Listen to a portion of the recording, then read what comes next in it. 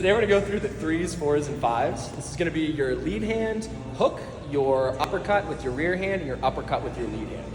So we'll go through each of these, looking at some of the rotational force that you have to do, making sure you're keeping your wrists nice and healthy, because these are ones where you can get injured if you hit them wrong. So really making sure form is good is key when executing these.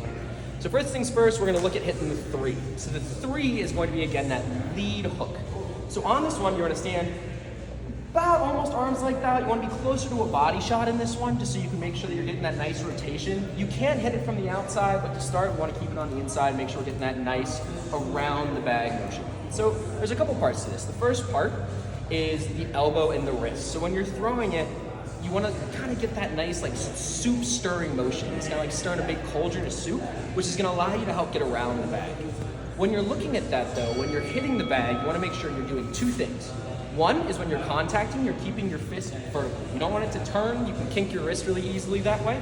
So when you're hitting, first things first, you want to make sure you're getting that fist nice and vertical, keeping it either head level or body level. You can do either or with the 3. I'm going to keep it for head level today. Other side of it too is that elbow. So you'll see as I come through, you're coming low, coming around and keeping that elbow high. I'm not dropping it down. That's how you can really hurt your wrist. You want to make sure that it's in line with that fist as you're hitting. Next part is that rotation of the hips. So I like to call this the Elvis shuffle. It's kind of that old Elvis move he used to do, move his feet. So what you're gonna do is you can start with that back foot kinked up, like after you throw a 2.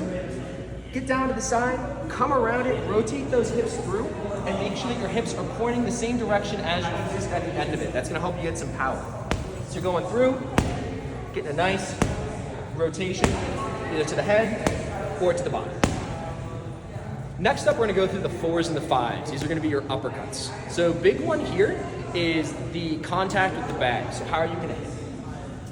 First things first, when you're looking at it, you're gonna get nice and close. So make sure you're about elbows bent away from the bag. Get nice and close. We're gonna start with hitting that 4, so that's gonna be that rear hand. You're gonna go and just turn your hip and make sure you're hitting the bag with your fist vertical. Especially when we're hitting bags, you don't want to hit it like this. It can really hurt your wrist if you hit it wrong. And also when you go into sparring, you can really make sure you're splitting it in between when you're going up for that uppercut. So again, just keeping it nice and close. Rotating that hip into it like you're throwing a 2. Help you get that power. 5 is going to be the same thing here. Keeping your fists nice and up, coming down straight into the body with that fist nice and vertical.